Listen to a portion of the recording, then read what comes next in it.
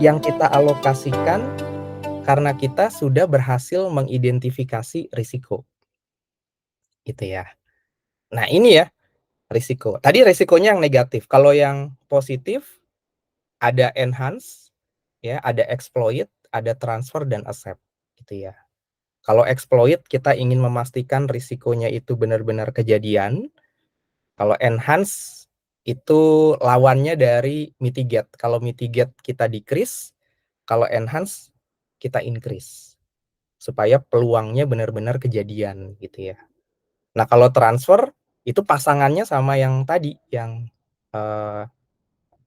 kalau share pasangannya sama yang transfer tadi yang negatif. Artinya kita join dengan orang lain sehingga kita mau berbagi ya, berbagi dengan orang lain, sharing. Kemudian yang positif satu lagi adalah accept ya. Jadi bisa diem aja ya gitu ya. Artinya kita nggak ada hal yang bisa kita lakukan sehingga kita dalam posisi menerima gitu ya risiko. Nah, jadi kalau misalnya teman-teman mendengar istilah mitigasi risiko, risiko dimitigasi itu hanya salah satu saja. Ya, jadi risk response itu ada banyak gitu ya. Jadi kalau misalnya kita ditanya apa yang kita lakukan terhadap risiko gitu ya, jawaban kita adalah ya risk response-nya apa gitu ya. Jadi kita merespon risiko gitu ya. Kalau mitigasi risiko itu hanya salah satu dari respon gitu ya yang kita lihat di risk management. Nah, itu cerita mengenai risiko. Bagaimana dengan isu ya? Kalau isu itu berarti risiko yang mewujud ya. Artinya risikonya udah kejadian. Jadi kalau misalnya ada risiko banjir gitu ya, terus tiba-tiba sekarang beneran banjir, nah itu isu. Jadi sudah kejadian gitu ya. Nah, kejadian ini bisa jadi kita sudah masukkan ke dalam risk register tadi gitu ya, atau benar-benar kita nggak catat ya. Kita nggak catat ke dalam risk register sehingga kita jalanin project dan isu itu muncul. Ada isu nih, misalnya gitu ya, ada pengiriman barang, barang kita terlambat. Nah, kita lihat di dalam risk register, kita catat nggak sih gitu ya, kalau ada keterlambatan barang. Ternyata pas kita lihat di dalam risk register gitu ya, kita nggak catat loh. Nah, udah tuh kejadian ya, isu yang tidak tercatat di dalam risk register. Jadi fokusnya adalah saat ini, kejadian yang kita alami, sudah benar-benar ada di depan kita gitu ya. Dan itu bisa negatif ya, dan punya impact terhadap project. Nah, dokumentasinya yang berbeda.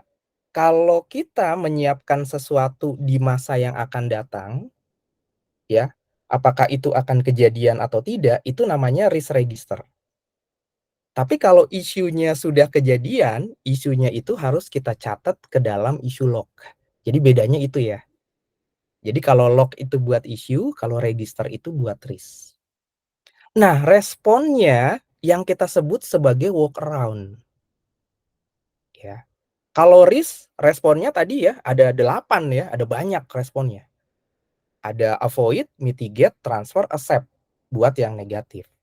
Buat yang positif, ada exploit, enhance, share, dan accept. Gitu ya. Sedangkan kalau issue cuma satu responnya, yang kita sebut sebagai workaround. Berarti workaround ini adalah sesuatu yang sebenarnya kita nggak ada planning. Kita nggak punya planning gitu ya sebelumnya. Sehingga menghasilkan aktivitas yang harus kita selesaikan segera gitu ya. Makanya itu yang disebut sebagai workaround gitu ya.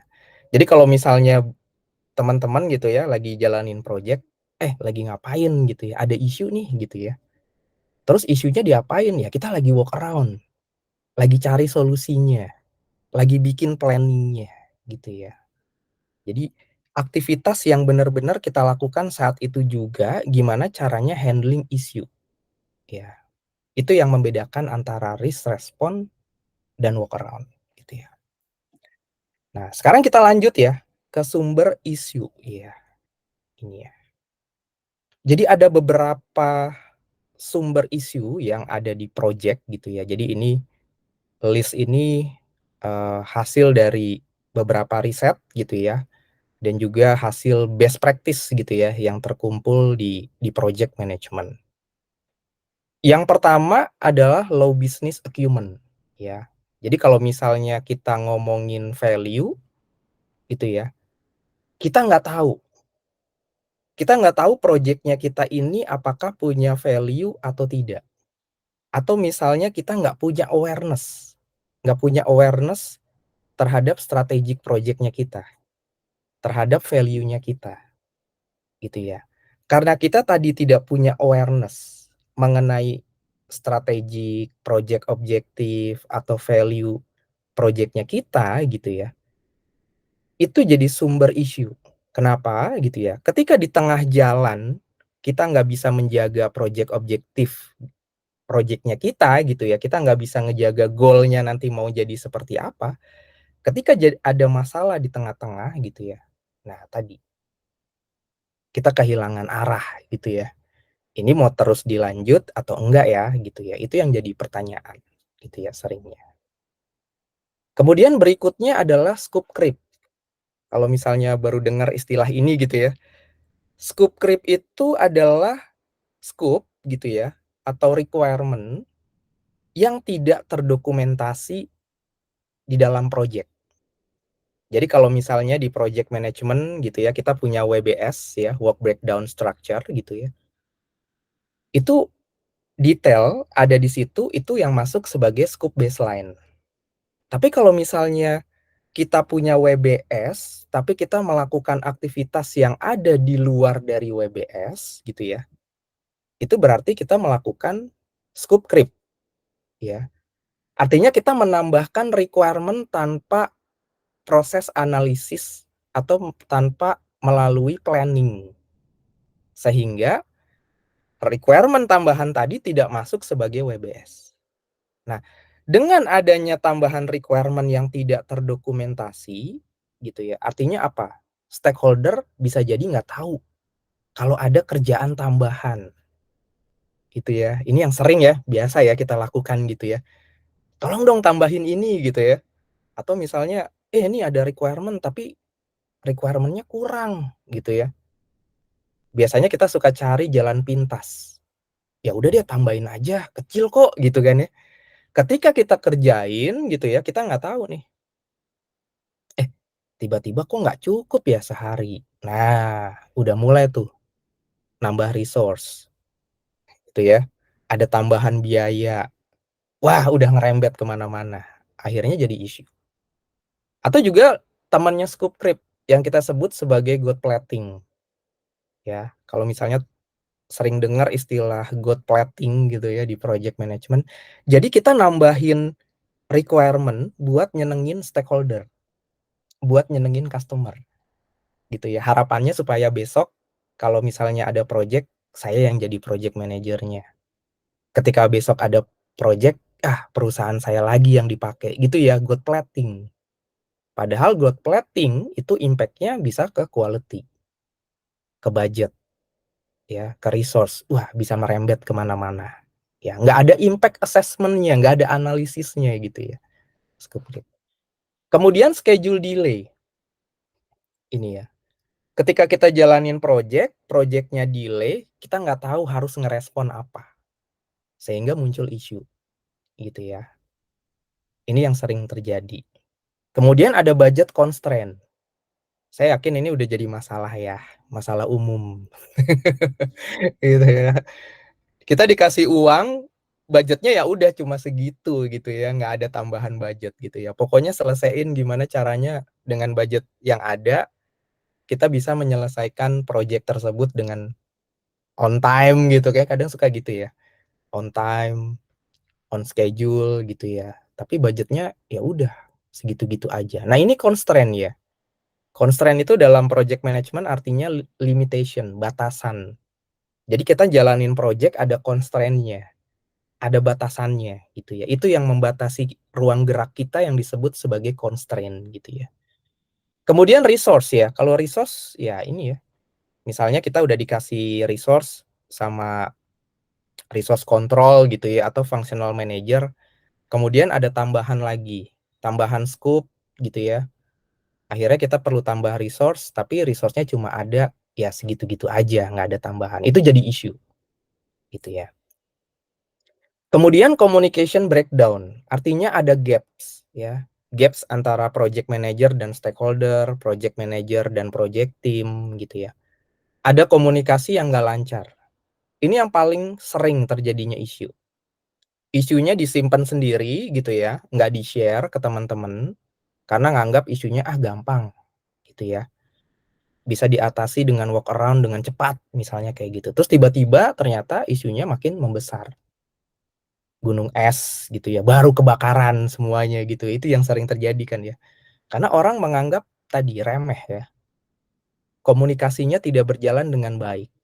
Banyak orang ngerasa kalau punya masalah itu dianggapnya nggak perform gitu ya. Nggak kompeten gitu ya. Nggak jago nih gitu ya. Misalnya gitu kan ya. Itu yang sering terjadi gitu ya. Padahal dengan kita bisa menjelaskan apa itu isunya, kemudian kita mau mengakui bahwa kita punya isu dan kita bisa sharing, semua orang jadi aware. Kalau semua orang udah aware, mereka udah tahu, udah siapin planningnya dengan baik. Ini ya. Kemudian adalah risiko yang kejadian. Nah ini ya, kalau misalnya ada risiko terjadinya hujan, ya udah jadi isu gitu ya, hujan gitu ya jadi isu. Contohnya lagi misalnya kalau ada risiko keterlambatan barang gitu ya, risiko keterlambatan barang. Kemudian risikonya kejadian, oh iya barangnya terlambat, itu isu ya. Tapi kalau misalnya dengan keterlambatan barang, tiba-tiba proyeknya harus berhenti misalnya, wah itu problem gitu ya. Karena di project management itu ngebedain ya antara risiko, isu, dan problem gitu ya. Selama ini mungkin kita dengar isu, problem gitu ya, hal yang sama gitu ya. Jadi kita udah bisa lihat ya bedanya ya. Risiko bisa jadi isu, kalau isu tidak bisa dihandle dengan baik jadi problem. Nah, ini kalau udah jadi problem ini udah gawat gitu ya, masalah serius ini ya. Kemudian unidentified risk. Artinya risiko-risiko yang tidak bisa kita identifikasi. Ya contohnya kayak tahun 2018 gitu ya, kita punya project, mungkin kita nggak pernah gitu ya menulis risiko COVID, ya siapa yang tahu gitu ya. Itu adalah risiko yang tidak kita identifikasi ya. Kita tidak mengidentifikasi itu ada, gitu ya. Jadi ya kita nggak bisa masukkan itu sebagai risiko gitu ya. Atau misalnya sekarang gitu ya, sekarang musim hujan, kemudian kita masukkan risiko banjir misalnya gitu ya, daerahnya daerah proyek kita banjir gitu ya. Tapi tiba-tiba misalnya gitu ya, kita bergeser sedikit ke arah musim kemarau, mungkin kita bilang risiko banjirnya sudah tidak ada. Tapi siapa tahu gitu ya, misalnya ada beberapa hari gitu misalnya hujan hujan lebat dan akhirnya mengakibatkan banjir. Padahal wah lagi nggak musim hujan nih gitu ya. Itu kan sesuatu risiko yang tidak kita identifikasi. Nah, risiko yang tidak berhasil kita identifikasi tadi itu bisa saja gitu ya. Kita sebagai project manager atau project team memang tidak aware atau kita tidak menanyakan itu ke expert gitu ya, ke senior gitu ya. Atau mungkin gitu ya, memang secara activity kita tidak terbiasa. Nah, kita tidak terbiasa membuat risk register. Jadi kita jalanin project, ya udah jalanin aja gitu ya. Ketika ditanya risikonya apa, ya kita mungkin hanya menjawab dengan lisan. Nah, itu. Jadi cara kita mengidentifikasi risiko memang harus dilatih. Kita punya awareness terhadap masa depan gitu ya. Ya memang the future is unclear gitu ya kalau kata orang agile ya. Kita nggak tahu di masa depan akan seperti apa gitu ya. Tapi dengan kita punya awareness jangka panjang, kita semakin terlatih untuk mengidentifikasi risiko. Ini. Kemudian apalagi gitu ya? Regulation changes. Ketika kita jalanin project, tiba-tiba ada perubahan regulasi, ada compliance. Misalnya kita lagi jalanin project, tiba-tiba ada ISO misalnya. Oh, ada security, ISO 27001 harus jalan misalnya gitu ya. Di tengah jalan kita lagi jalanin project, tiba-tiba oh itu ada compliance dari OJK atau BI. Misalnya OJK atau BI mengubah peraturan. Nah, kita harus aware dengan peraturan tersebut gitu ya. Itu. Kemudian political awareness. Jadi ini hal yang biasa gitu ya, harusnya bisa diterima oleh project manager. Kadang banyak project manager yang ngerasa bahwa aduh, nggak suka deh yang namanya politik-politik gitu kan ya. Gitu ya, nggak suka deh main politik-politik gitu ya, apalagi sekarang gitu kan ya, ngerasa ngelihat gitu ya setelah situasi politik gitu ya, orang ngerasa ngelihatnya aduh ya.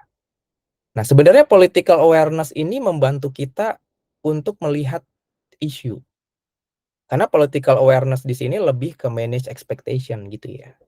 Manage expectation artinya kita mau coba manage ekspektasi dari stakeholder. Karena stakeholder yang kita temui di project gitu ya, itu bisa jadi punya requirement dan ekspektasi yang berbeda. Nah, ketika mereka punya ekspektasi yang berbeda gitu ya, bisa jadi gitu ya, cara handlingnya kita tentu akan berbeda di masing-masing stakeholder. Nah, apalagi kalau punya expectation yang sifatnya mungkin lebih ke strategik gitu ya. Misalnya di project ini kita harus selesaikan project dengan on time. Karena salah satu stakeholdernya gitu ya, kalau misalnya projectnya on time dia dapat promosi. Nah, itu udah political awareness. Mau nggak mau kita sudah terseret gitu ya, dalam tanda kutip gitu ya, ke expectation dari stakeholder tersebut. Gitu ya. Nah, itu ya. Lebih ke sana ya, lebih ke manage expectation. Kemudian proses governance dan compliance. Kalau governance dan compliance ini lebih ke bagaimana cara kita menjalankan project. Apakah project yang kita jalankan itu sudah sesuai gitu ya dengan policy, dengan prosedur gitu ya yang ada di perusahaan.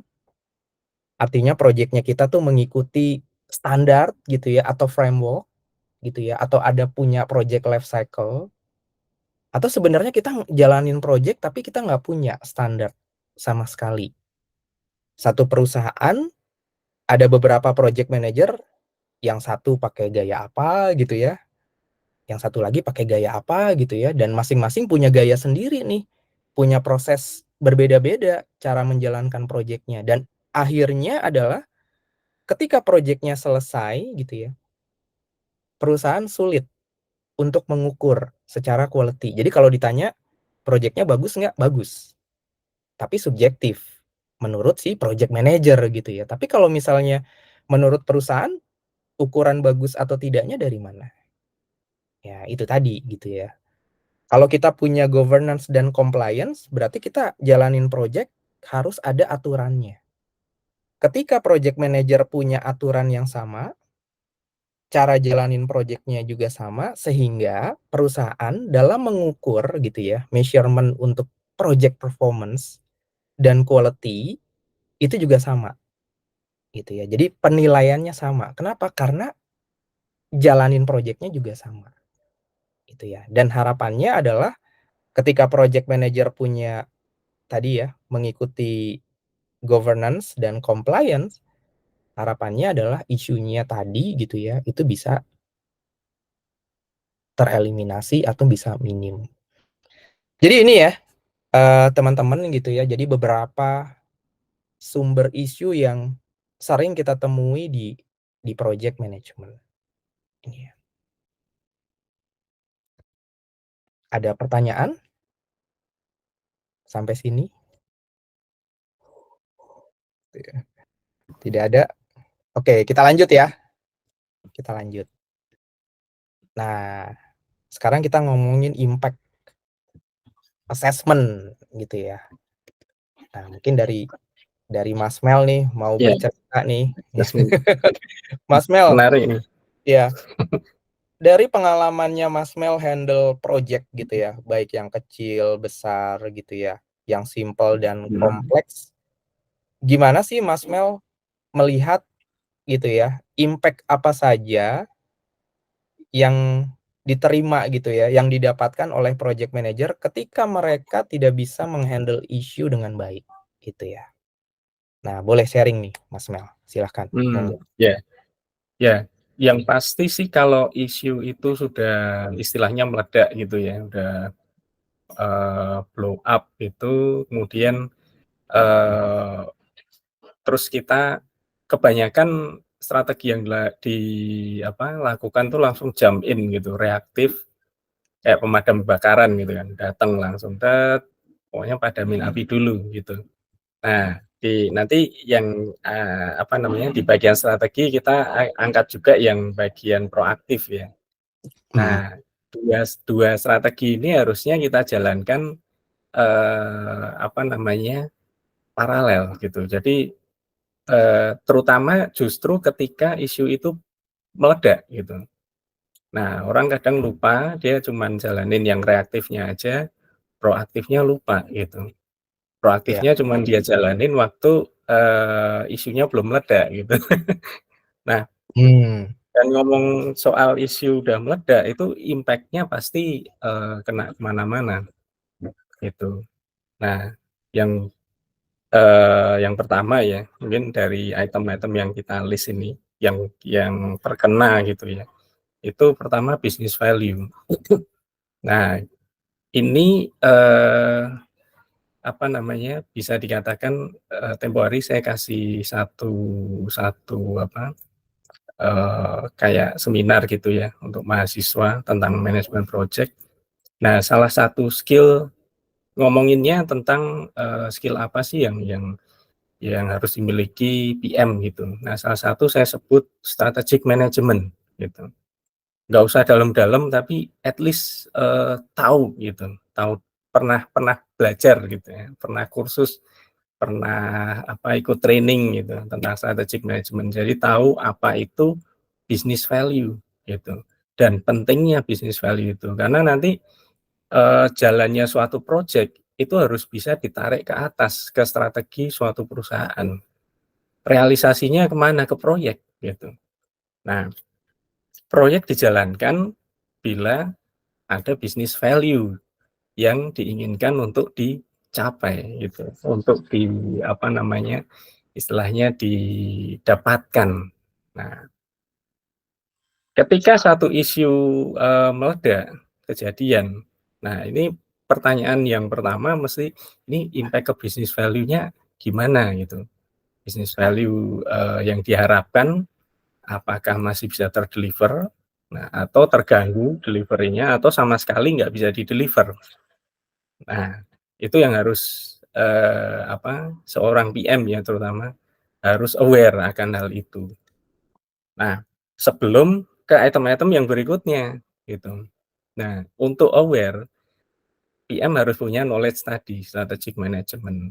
Nah, dan ini, dari pengalaman saya juga ini yang membedakan level PM junior dengan senior gitu. Nah, kadang-kadang, kalau yang sudah senior gitu ya, itu kebanyakan aware gitu ya, kebanyakan aware, "Oh ini isu nih," gitu. Mereka langsung follow up gitu. Nah, tapi ketika, eee, bekerja sama dengan yang junior-junior gitu, atau mungkin yang baru baru masuk ke dunia ke-PM-an gitu ya. Nah, itu saya ngelihat langsung ini mereka nggak aware gitu. Nah, bahkan nggak aware bahwa sesuatu tuh menjadi isu gitu. Nah, misalnya contoh kecil, laporan weekly report misalnya, itu nggak di-deliver sampai beberapa minggu misalnya. Wah, itu isu. Nah, tapi untuk, si junior ini itu nggak menjadi masalah gitu buat nah, ini jadi problem nantinya gitu. Nah, dan awareness ini juga nanti akan menentukan, kecepatan reaksi ya dari seorang PM gitu. Nah, kecepatan reaksi dalam, eee mengidentifikasi, kemudian memfollow up satu isu. Nah, ini yang sangat penting juga gitu. Nah, kemudian business value tadi, saya admit sebentar ya. Dari business value, pertanyaannya turun lagi. Nah, ketiga aspek nih, biasa disebut project management triangle kan. Scope, schedule, cost-nya, scope, schedule dan cost-nya kena nggak? Gitu. Nah, biasanya dari scope dulu. Scope-nya ada tambahan nggak? Gitu. Kalau ada pengurangan, ya syukur-syukur gitu. Karena terkadang sebuah perubahan itu nggak cuman membuat scope bertambah, bisa aja scope-nya berkurang gitu. Nah, kalau scope berkurang ya jadi benefit inilah, jadi bonusnya vendor gitu ya. Nah, tapi yang jadi problem itu kalau bertambah gitu kan. Dan seringkali bertambah ya. Bertambah ada varian, dan varian ini kalau varian itu nggak terkontrol, nanti arahnya ke scope creep, ya kan. User minta terus gitu, kita nggak bisa ngontrol, nggak nego juga, semuanya diain. Ya scope creep akhirnya. Nah, ibaratnya orang kita disuruh makan terus tuh, nih makan gitu, makan requirement gitu, masukin pizza, masukin apa, wah lama-lama nggak kuat kan, karena orang punya batas gitu ya, punya limitation gitu. Nah, orang kalau makan terus nggak sudah kenyang tapi dipaksa makan terus, akhirnya apa? Muntah, jebret gitu. Nah, itu sama dengan yang terjadi di project.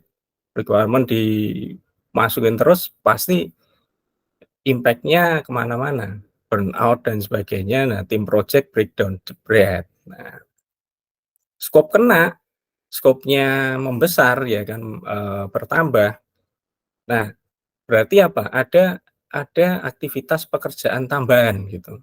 Nah, untuk melakukan aktivitas itu perlu orang. Nah, kena ke resource dulu nih. Perlu orang, perlu waktu, kena ke schedule ya kan, perlu waktu tambahan. Nah, orangnya tadi perlu digaji, perlu dibayar. Nah, apalagi yang project base gitu kan. Pakai rate Mendesnya berapa nih? Biasanya hitung-hitungan gitu.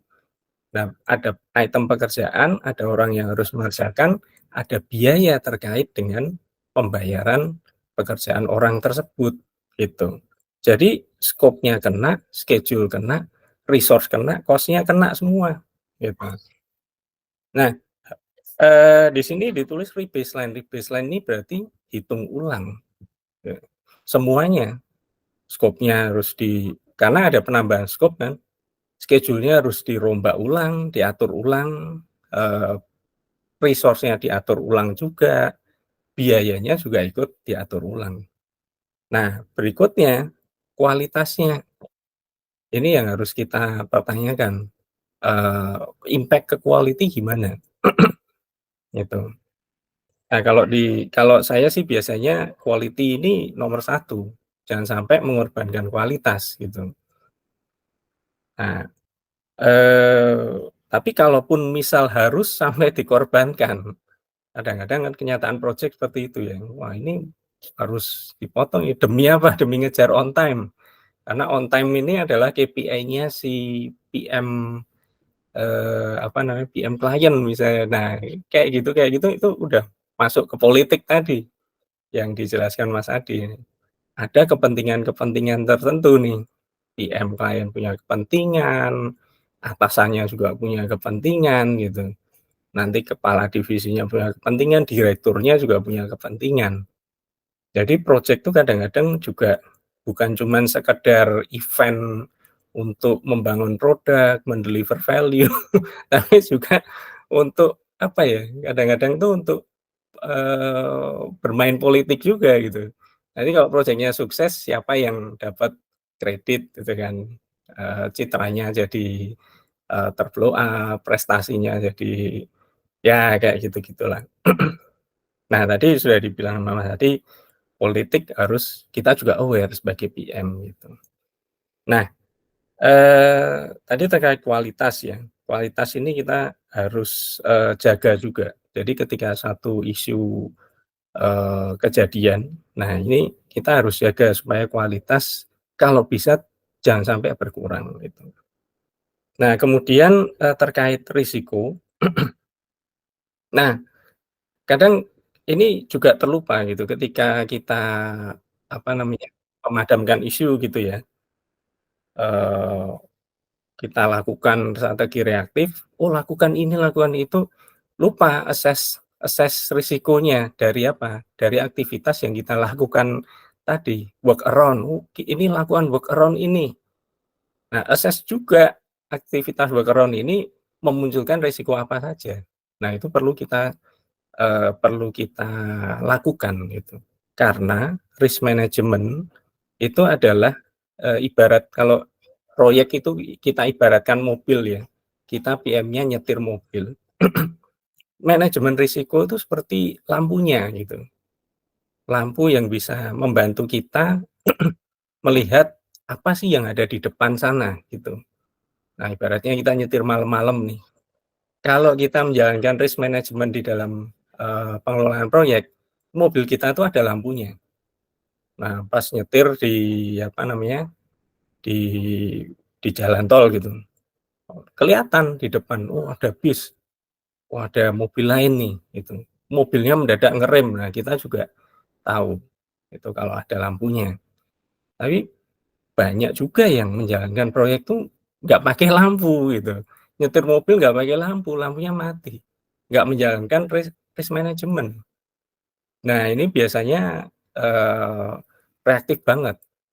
Jadi begitu mobilnya nabrak jebret gitu, kan nggak ada lampunya nih, ya kan. Bayangin nyetir mobil gelap, nggak ada lampunya, artinya apa? Kita baru akan tahu bahwa di depan itu ada kendaraan lain, bila apa?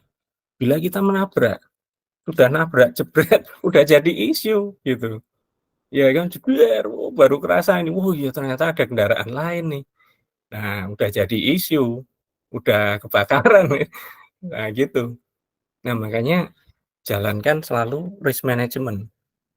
Nah, kemudian komunikasi, ada biasanya ya, ketika isu sudah terjadi, ini, apa namanya, komunikasi ini mulai mulai apa, bahasa Inggrisnya itu deteriorated, mulai berantakan gitu.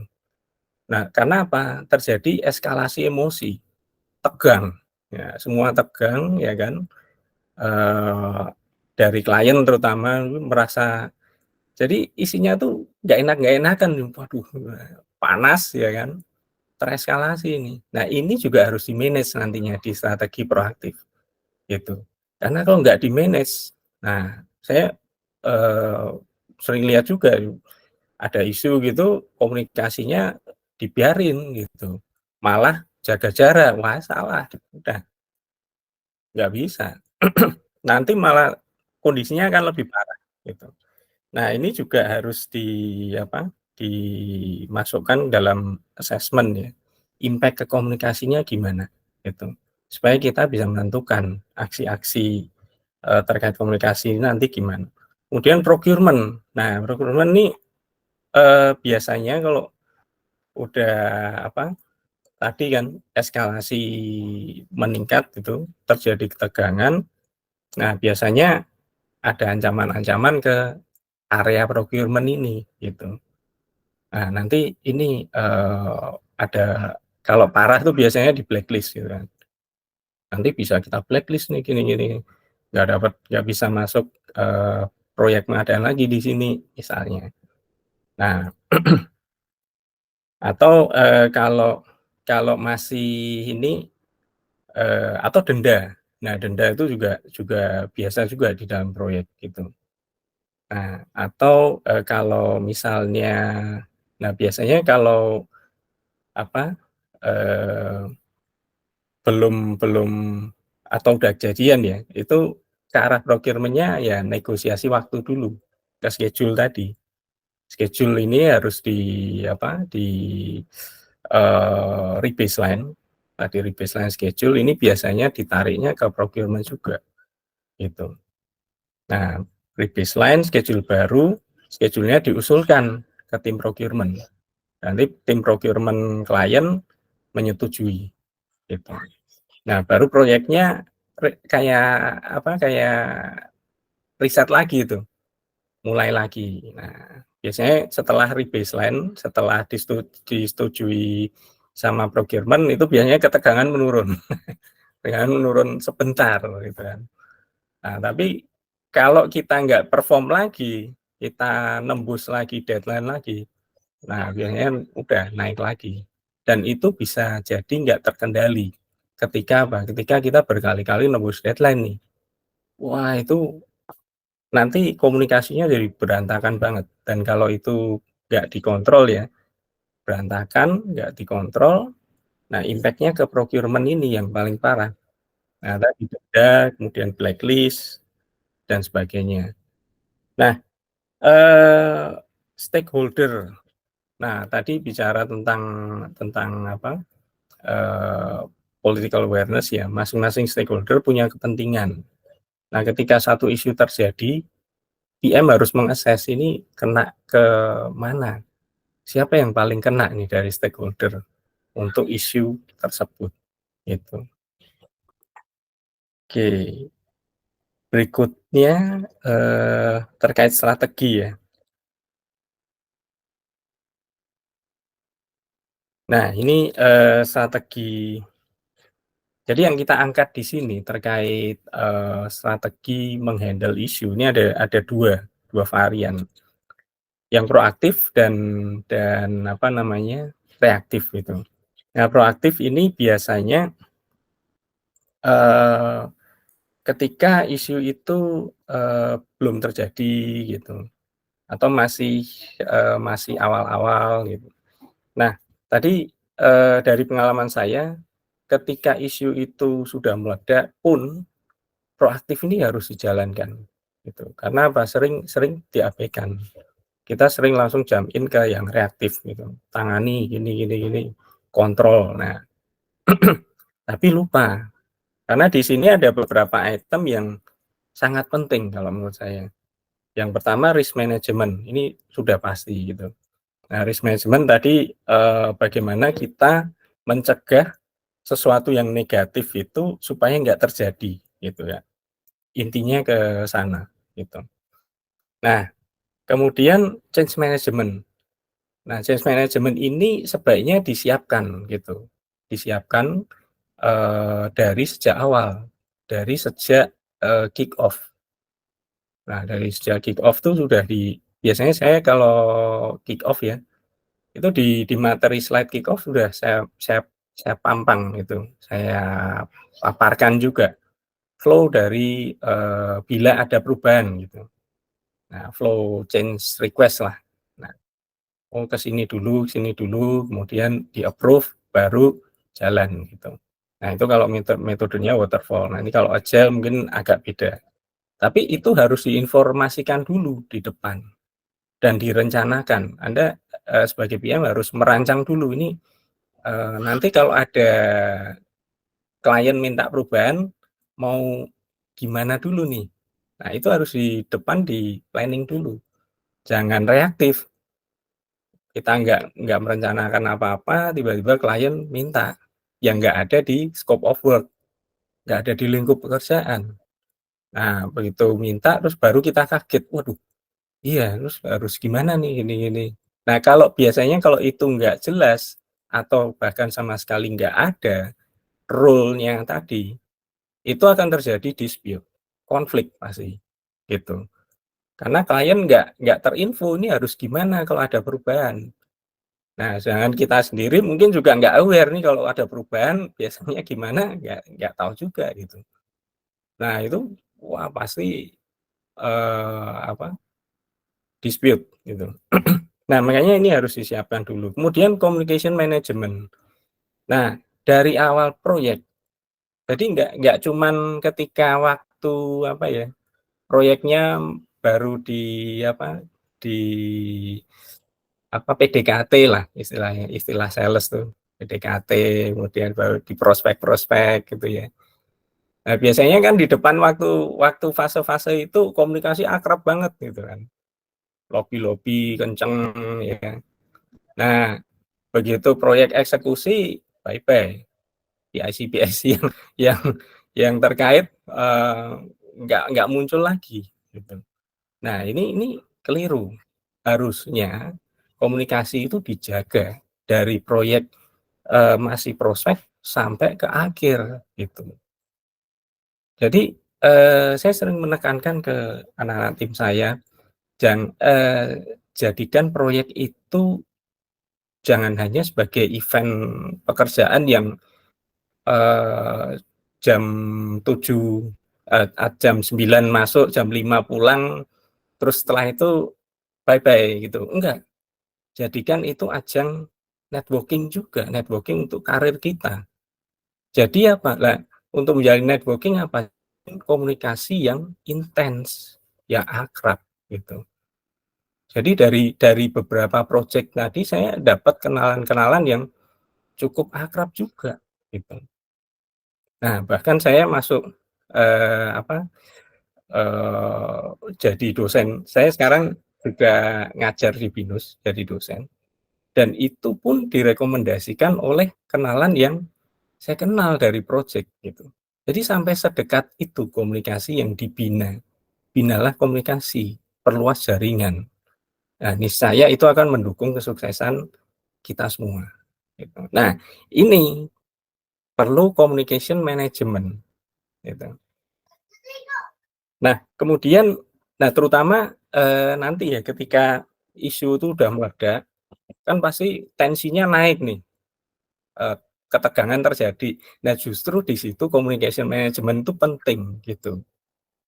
Nah, kemudian peran sales dan sebagainya itu, nah ini sering saya tekankan, sales ini jangan muncul cuman di depan, terus setelah kick off, bye-bye gitu kan, goodbye. Nanti muncul lagi pas penagihan BAST.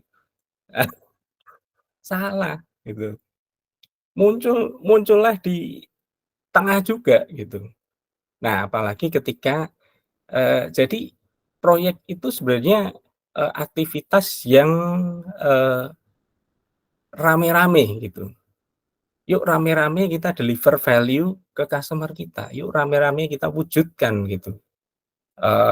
Cita-cita bisnis dari klien kita. Kalau klien kita sukses kan kita sukses juga. Nah, jadi mindset-nya itu harus seperti itu. Nah, kemudian kolaborasi tim. Nah, ini juga harus dibangun. Dibangun nggak cuman pas proyek aja gitu. Jadi kadang-kadang kan pas proyek ini begitu proyek baru bingung. Ini training gimana ini. Nah, justru sebelum sebelum proyek pun atau nggak ada proyek pun kita harus jalankan gitu. Hubungan ke internal. Kalau tadi communication management ke eksternal ya. Nah, tim collaboration ini ke internal kita, tim kita. Nah, jadi begitu proyek mulai, tim ini sudah terbangun gitu. Kita sudah akrab sekali dengan tim. Kita sudah tahu sifat-sifat si A, si B, si C. Nah, sudah saling tahu lah. Mereka juga tahu sifat PM-nya seperti apa. Jadi mereka nggak akan melakukan apa yang nggak disukai oleh si PM gitu. Nah, jadi semuanya akan smooth gitu. Kolaborasi akan lancar. Nah, ini perlu skill tim tim manajemen ya. Gitu. HR. Jadi makanya di knowledge area PMBOK yang lama itu ada human resource management. Nah, kemudian stakeholder management. Nah, ini tadi tarik-menarik kepentingan politik. Ya, si A punya kepentingan apa, direktur punya kepentingan apa, divisi punya ekspektasi apa terhadap proyek ini. Nah, ini yang harus kita pantau juga dari awal. Makanya di diagram PMBOK itu di bagian initiation aktivitasnya termasuk identifikasi stakeholder, diidentifikasi, dipetakan kekuatan politiknya, siapa yang punya power besar, interest besar itu kan, mana yang kecil. Kemudian ekspektasinya apa saja.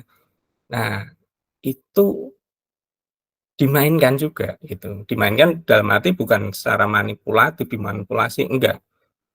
Kita harus mengetahui gitu. Supaya apa? Nah, tugas PM salah satunya adalah membuat balance. Kenapa kenapa kita harus membuat balance ya supaya proyeknya ini lancar gitu. Memang nggak akan bisa menyenangkan semua pihak, nggak akan bisa. Itu pasti ada yang nggak suka itu. Nah, tapi dengan kita punya peta stakeholder kayak tools-nya ya, kayak stakeholder power and trust grid, kemudian ada berapa lagi itu, ada yang cube, kemudian saya lupa ada yang bentuknya segitiga itu. Nah, dengan kita memainkan memainkan itu, kita tahu nih arahnya. Oh, kita harus ke sini, kita harus setir mobilnya ke kanan dikit. Nah, kadang-kadang kepentingan itu juga berubah gitu seiring waktu. Nah, ketika itu berubah, nah ini kita tahu mobilnya harus disetir lagi, harus belok kanan lagi dan seterusnya. Nah, ini untuk yang proaktif. Lalu yang reaktif. Nah, begitu isu itu muncul, ya kan, meledak, masukkan, dicatat dulu. Nah, kita harus punya media yang namanya issue log ini.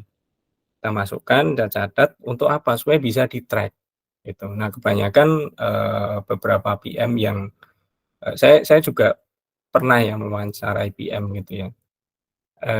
Itu ketika saya tanya dicatat nggak itu? Oh, di email Pak. Jadi dibiarin isu itu ada di email gitu. Waduh, itu trackingnya susah minta ampun. Nah, mereka nggak mengenal nih namanya isu log gitu. Nah, tapi yang biasanya yang udah pernah training PMP, udah pernah baca gitu ya, udah di apa namanya, di organisasinya menerapkan framework PMP atau PMBOK, ini biasanya mereka kenal gitu. Nah, setelah dimasukkan kita assign owner-nya, jadi siapa issue owner, siapa yang bertanggung jawab terhadap isu tadi, kemudian diberi batas waktu penyelesaiannya. Nah, ini juga harus dinegosiasikan ke pihak klien gitu. Kita mau solving ini, kita deadline-nya di kapan nih, gitu. Nah, kemudian angkat di apa namanya, regular meeting, weekly meeting gitu ya, diangkat, kemudian dipantau dan di-follow up. Nah, ini yang seringkali lemah, follow up, telepon. Nah, WA, email, dan telepon, gunakan semua channel gitu. Datengin juga, kadang kadang-kadang saya datengin kalau misalnya, oh ini dari sisi klien terlambat nih, penyediaan data nggak lama gitu ya. Nah, itu kemudian ada potensi, saya udah ngelihat potensi molor gitu, ya datengin gitu, ajak bicara PM-nya, "Mas, gimana nih? Timnya mesti soalnya kalau enggak kita nanti deadline tembus gini ini ya, harus dijelaskan gitu. Lalu dibatasin open issue supaya apa? Supaya manageable. Kalau isunya terlalu banyak misalnya 70 isu open semua, wah itu eee, pasti burnout, arahnya pasti ke burnout, breakdown nanti timnya gitu. Kemudian, nah kalau di level project team itu sudah kelihatan apa namanya, goyang gitu ya. Wah ini isunya ini nggak bisa di-solve nih di level project. Nah, eskalasi ke atas langsung gitu. Dan itu mainkan di dua sisi gitu. Jadi Anda juga harus berkawan nih, harus duet sama PM klien. Yuk kita eskalasi gitu. Kamu kasih tahu direkturmu atau project sponsormu. Nah, saya kasih tahu dari sisi sini, project sponsor atau direktur saya. Nah, habis itu kita stirko. Nah, di stirko diungkap gitu. Nah, nanti Kita bisa ngomong banyak juga tentang Stirco dan sebagainya ya di event lain mungkin ya, gitu. Nah ini ada contoh, issue log yang mungkin yang bisa dipakai juga ya, ada ID, kemudian deskripsi isunya, statusnya, open kapan gitu ya, tanggal dia muncul ya, kemudian tanggal, deadline penyelesaiannya, kemudian prioritasnya, high, medium, low, siapa yang bertanggung jawab atau owner-nya. Nah, responnya gimana, statusnya gimana, open atau close, atau in progress. Kemudian ada remark atau komentar di situ. Oke, berikutnya, nah ini mungkin bisa oleh Mas Adi. Silakan Mas Adi. Iya, Mas Mel, terima kasih ya. Jadi ini biasanya kalau kita bahas isu ya, pada saat walk around gitu ya, suka banyak pertanyaan juga ya dari project manager. Uangnya ngambil dari mana? Gitu kan ya. Saya harus ambil budget dari mana? Gitu ya. Jadi kita harus lihat dulu ya secara project budgetnya kita. Jadi kalau misalnya gitu ya, kita jalanin project, kita dikasih uang gitu ya, $10.000 misalnya gitu ya, untuk jalanin project. Nah, menurut teman-teman $10.000 itu uangnya untuk apa saja? Gitu ya. Apakah dihabiskan gitu ya, apakah disisain gitu ya buat nanti misalnya project closing gitu ya. Atau teman-teman menganggap itu sebagai project budget. Nah, jadi kita harus lihat dulu dari komposisi ya. Jadi ada rumusnya ya, gitu ya. Nah, tadi kita di awal, risiko yang sudah teridentifikasi itu kita masukkan sebagai contingency reserve. Ya, contingency reserve gitu ya adalah uang yang kita gunakan kalau risikonya kejadian. Jadi kita sudah memilih untuk merespon dengan accept, kita terima. Jadi kalau misalnya ada risiko banjir, kita terima. Kenapa? Karena ada duitnya. Nah, duitnya itu masuknya ke dalam contingency reserve. Gitu ya. Dan contingency reserve ditambah dengan WBS, aktivitas pekerjaan kita yang ada di requirement, yang ada di SOW-nya teman-teman, yang ada di TOR, yang ada di kontrak gitu ya. Itu jadi requirement. Nah, requirement ditambah dengan contingency sama dengan cost baseline. Gitu ya. Kalau itu cost baseline, berarti jadi tanggung jawabnya kita sebagai project manager untuk mengeluarkan budget ketika terjadi risiko yang jadi isu tadi. Jadi kalau misalnya tadi saya dikasih $10.000 gitu ya, ya uangnya untuk requirement sama uangnya untuk risiko. Jadi saya udah siap, gitu ya. Nah, ketika kita punya cost baseline, biasanya kita meminta nih kepada manajemen gitu ya, Pak Bos, Ibu Bos gitu ya, tolong dong tambahin uang saya. Saya punya 10.000, tapi ini punya untuk proyek saya. Kalau misalnya nanti ada sesuatu gitu ya, terjadinya isu, nanti saya butuh uang dari manajemen. Itu yang disebut sebagai management reserve. Nah, biasanya gitu ya, kalau kita dikasih uang, suka ada tambahan tuh kalau misalnya perusahaan menerapkan management reserve, biasanya 5% atau 10% dari cost baseline. Jadi kalau misalnya saya tadi punya $10.000, saya tambahkan 10% jadi $11.000 gitu ya. Itu yang disebut sebagai project budget. Jadi contingency reserve itu authority-nya project manager, sedangkan management reserve itu authority-nya dari perusahaan, dari manajemen. Ketika ada risiko kebakaran dan risiko kebakaran itu tidak ada di dalam risk register, berarti saya harus tahu, oh, Ini berarti unidentified risk atau istilahnya unknown gitu ya. Karena saya tidak berhasil mengidentifikasi. Jadi saya unknown gitu ya, tidak berhasil. Unknown yang kedua, mengidentifikasi. Jadi kalau misalnya di risk register saya ada risiko banjir tapi nggak ada kebakaran, dan di project tiba-tiba ada kebakaran, berarti duit yang diambil untuk mengantisipasi kebakaran harus duitnya dari manajemen. Gitu ya. Beda lagi kalau misalnya ada banjir. Oh, banjir ada di mana? Ada di risk register. Berarti duitnya siapa? Oh, duitnya project manager dong. Karena masuk ke dalam contingency reserve. Identified risk.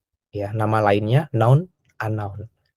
Jadi saya berhasil mengidentifikasi, ya istilahnya known, terhadap sesuatu yang belum kejadian, yang saya sebut sebagai unknown, ya yang kedua gitu ya. Jadi dengan kita tahu isu itu munculnya di mana gitu ya, karena tadi walk around itu kan sesuatu yang muncul tiba-tiba. Kalau muncul tiba-tiba dan itu jadi walk around dan kita nggak ada di dalam risk register gitu ya, kalau saya jadi project manager ya saya nggak mau dong pakai duitnya saya gitu ya. Tapi kan kejadiannya berbeda ya, kita kadang kondisinya nggak ideal ya begitu ya teman-teman ya. Kita jalanin project, ada isu, butuh uang, pakai duit project kita gitu kan biasanya gitu ya. Padahal di dalam risk register nggak ada Pak. Kan Bapak juga yang tanda tangan gitu kan ya. Itu yang sering terjadi. Nah dengan reserve analysis ini kita jadi tahu. Ketika nanti ada isu, saya harus ambil uangnya dari mana. Gitu ya. Project manager hanya memanage cost yang ada requirement-nya dan yang ada contingency reserve yang ada di risk.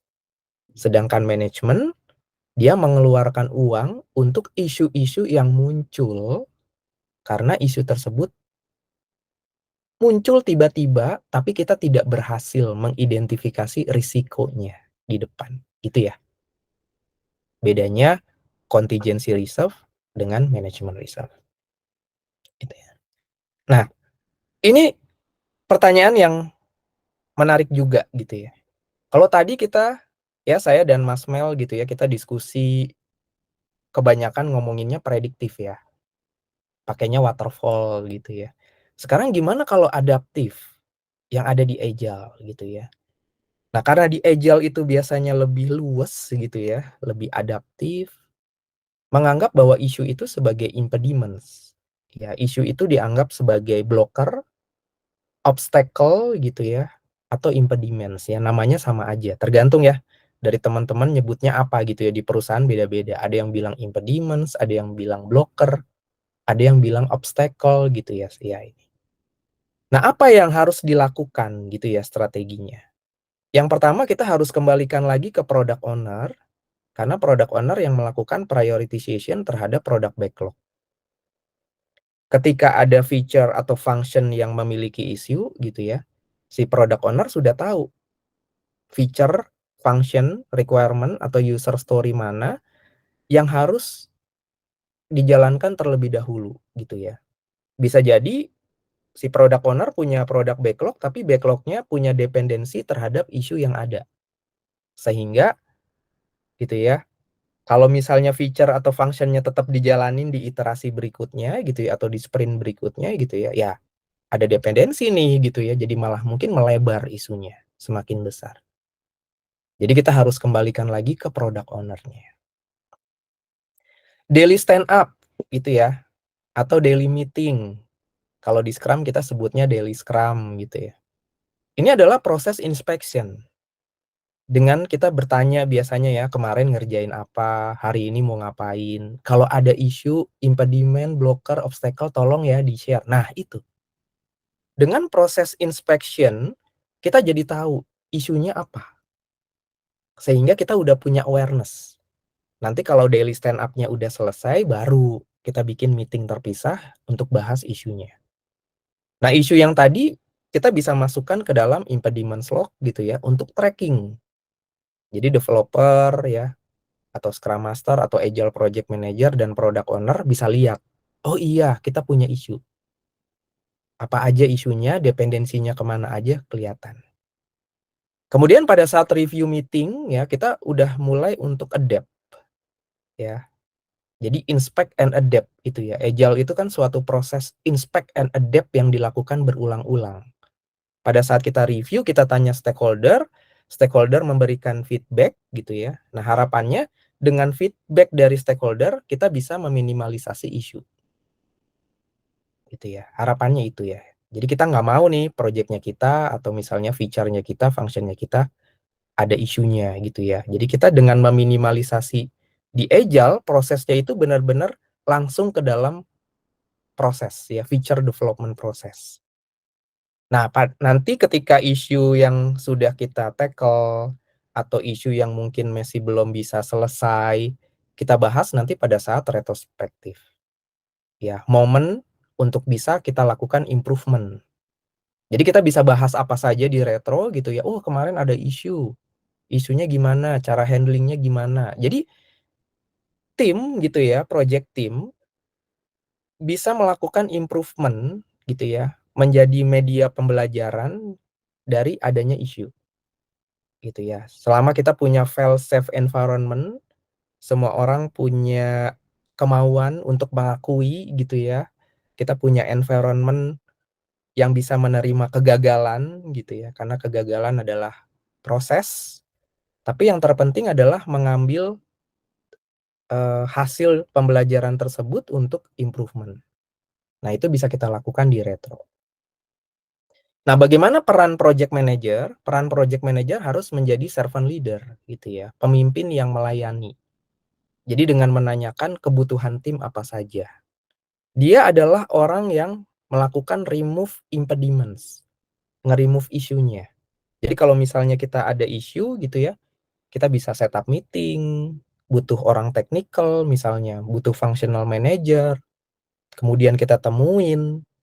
Nah, si servant leader tadi berusaha gimana caranya untuk memfasilitasi supaya isunya itu bisa terselesaikan. Jadi pekerjaannya developer, pekerjaannya project team adalah fokus untuk bekerja, menyelesaikan projectnya sampai selesai. Nah, si servant leader fokusnya adalah gimana caranya blocker yang dihadapi oleh tim ini bisa selesai. Gitu ya. Jadi di adaptif memang lebih lebih luas gitu ya. Disesuaikan dengan environment-nya, lingkungannya, maturity timnya seperti apa, jadi pendekatannya lebih lebih fleksibel gitu ya. Nggak sekaku yang ada di project-project yang waterfall ya atau prediktif. Ini ya adaptif. Nah, don'ts-nya apa gitu ya. Jadi yang pertama gitu ya, do-nya adalah communicate. Isu itu harus komunikasi. Kemudian kita prioritaskan di isu log. Kalau ada impact atau key stakeholder yang harus tahu, involve. Kemudian kita kolaborasi dengan tim. Jangan lupa dokumen, dokumen, dan dokumen gitu ya. Karena ya tadi ya, kita gampang lupa. Kita ingat sehari, 2 hari, 3 hari udah lupa gitu ya. Jadi tracking secukupnya ya, dokumen selama bisa men-tracking isu, it's okay gitu ya. Lesson learn jadikan pembelajaran gitu ya. Baik isu kecil atau isu besar, kita jadikan pembelajaran untuk improvement. Down-nya apa? Jangan ignore. Tadi ya Mas Mel cerita ya. Ya. Pengiriman report ada yang nganggap itu bukan isu. Nah tadi awareness. Kenapa kita? Bisa jadi kita ignore isu karena kita nggak aware kalau itu isu. Gitu ya. Tapi karena kita nanti seiring gitu ya, seiring berjalannya project tadi ya, kita semakin terbiasa punya awareness end to end dari strategic start the project sampai close the project. Nanti kita jadi terbiasa untuk punya awareness. Oh ini isu nih gitu ya. Assign blame gitu ya. Ini ya. Blaming culture. Biasanya gitu ya. Toxic, healing, pusing, repeat. Gitu kan ya. Anak zaman now gitu tuh siklusnya. Kenapa orang takut ngasih tahu isu gitu atau dia punya isu? Karena tadi ya environment-nya nggak ngedukung, gitu ya. Atau misalnya ada isu, kemudian timnya punya inisiatif untuk handling isu tersebut, hasilnya nggak maksimal, misalnya gitu ya. Kemudian stakeholder, wah tadi, mungkin menyalahkan gitu ya. Sebenarnya kalau orang salah gitu ya, nggak apa-apa disalahin, tapi jangan dibawa sampai besoknya gitu kan ya. Jadi kalau hari ini salah ya udah, besoknya jangan diungkit-ungkit lagi gitu ya. Nah, ini jadi orang terbiasa ketika ada isu, ketika ada inisiatif, kemudian ketika ada problem solving, orang jadi mau untuk lebih terbuka. Karena sarannya diapresiasi. Hasilnya walaupun nggak sempurna gitu ya, orang dihargai. Jadi improvement gitu. Atau misalnya dia jadi sumber masalahnya gitu kan ya. Orang mau mengakui kalau iya saya salah. Maaf gitu ya, saya salah dan ini actionnya gitu ya. Jadi orang fokus bukan terhadap orangnya gitu ya, tapi terhadap isunya. Masalahnya apa? Paniknya ini ya yang paling sering kejadian gitu ya. Waduh, ada isu nih gitu ya, panik. Jadi kita ya tadi nggak fokus. Kemudian ngedelay decision making. Kebanyakan gitu ya, kita delay, tunggu deh, nahan-nahan gitu ya. Atau kita ngobrol dulu sama teman kita gitu ya. Ya ini bagus sebenarnya, tapi kalau terlalu lama gitu ya tadi, sebenarnya kita nggak mau cari sesuatu yang sifatnya apa ya, keputusan yang tepat, bukan gitu ya. Bisa jadi cara kita handlingnya bagian dari proses improvement gitu ya. Mungkin nggak sempurna gitu ya, tapi kita masih ada waktu untuk tadi tetap improve. No negotiate, no escalate. Ini yang paling sering. Karena kita dianggap kalau kita terlalu cepat eskalasi gitu ya, nah ini dia. Kita dianggapnya nggak perform gitu, project manajernya eskalasi, nggak perform, dianggap nggak kompetens gitu yang sering kita takutkan. Kapan kita bisa escalate gitu ya, kalau sudah di luar dari authority dan problem. Jadi kita sendiri yang mulai ada awareness gitu ya, kalau saya punya problem, saya punya authority, tapi udah di luar dari authority saya mengambil keputusan. Ini udah di luar dari problem solving-nya saya, butuh orang lain supaya isu ini bisa selesai. Ya, harus escalate. Jangan dipendam sendiri, disimpan sendiri, akhirnya jadi gede gitu ya, tinggal nunggu meledaknya aja, akhirnya wah isunya sudah membesar, jadi bola panas. Ya itu yang sering terjadi gitu ya. Nah ini. Kemudian kita lihat ya beberapa benefit yang bisa kita ambil gitu ya dari penanganan isu yang baik. Tentunya proyeknya kita bisa lebih baik. Harapannya adalah sukses di proyeknya kita ya. Kemudian successful outcomes. Tadi lebih ke business value. Jadi kita sebagai project manager nggak cuma delivery, taunya cuma output, deliver gitu ya. Tapi kita nggak tahu sebenarnya project yang sudah kita hasilkan itu dipakai atau tidak gitu ya. Jadi kita lihat outcome-nya, punya value atau tidak. Nah ini ya, jadi kita mau melihat dari sisi value-nya. Benefit yang lain gitu ya yang bisa kita dapatkan adalah project disruption dan delay. Ini ya, ini yang paling sering gitu ya. Kadang orang stakeholder tuh kalau ditanya gitu ya, jawaban yang pertama adalah ya jangan delay gitu kan ya, ini. Jadi kita bisa minimize, kita nggak mau hilangin gitu ya. Yang namanya delay, nambah scope itu udah biasa gitu ya di project. Tapi kita bisa minimize supaya delaynya jangan terlalu jauh. Ini yang harapannya ke sini. Kemudian stakeholder satisfaction. Karena kita punya issue management yang baik, punya planning yang baik, stakeholder jadi punya trust ke kita. Stakeholder jadi percaya sama kita. Satisfaction gitu ya, customer satisfaction. Customer percaya bahwa project manager dan project teamnya bisa loh handle issue. Jadi ketika ada issue, stakeholdernya tenang. Ya, percaya karena kita punya tadi handling yang baik. Punya issue log, ada proaktif, reaktifnya juga bagus gitu ya ini. Kemudian impact-nya ke tim apa? Timnya juga tadi ya, diapresiasi, dihargai, tim moralnya juga semakin meningkat. Karena mereka dikasih kebebasan, mereka dikasih waktu, mereka dikasih lingkungan, di mana kalau mereka gagal, ada kesempatan untuk memperbaiki. Ya, improvement. Dan kemudian impact yang lain adalah mengenai constraint tadi gitu ya, resource, budget, gitu ya. Kita bisa menuangkan itu sebagai risiko. Jadi risiko untuk resource, budget ke depannya tadi yang diceritakan Mas Mel gitu ya, ketika ada isu, impact-nya ke risiko baru itu bisa di-handle dengan baik. Nah, ujungnya adalah alignment ke business value atau strategic. Jadi project objektif kita masih bisa kita jaga dan expectation dari stakeholder juga masih bisa kita handle dengan baik gitu ya. Nah, ini ada salah satu contoh gitu ya, cerita yang cukup terkenal ya tahun 2000 saya angkat ya, saya dan Mas Mel angkat. Jadi ini adalah cerita di Toyota gitu ya. Ini udah kejadian. Jadi banyak recall di mobilnya mereka. Jadi problem statement-nya apa? Ada 9 juta. Ya, ini luar biasa ya, recall. Karena apa? Defect quality. Jadi ini udah kejadian. Ya, isu. Kalau isu ini nggak di-handle, jadi reputasi. Reputasinya nggak di-handle, orang nggak percaya. Itu udah problem. Gitu ya.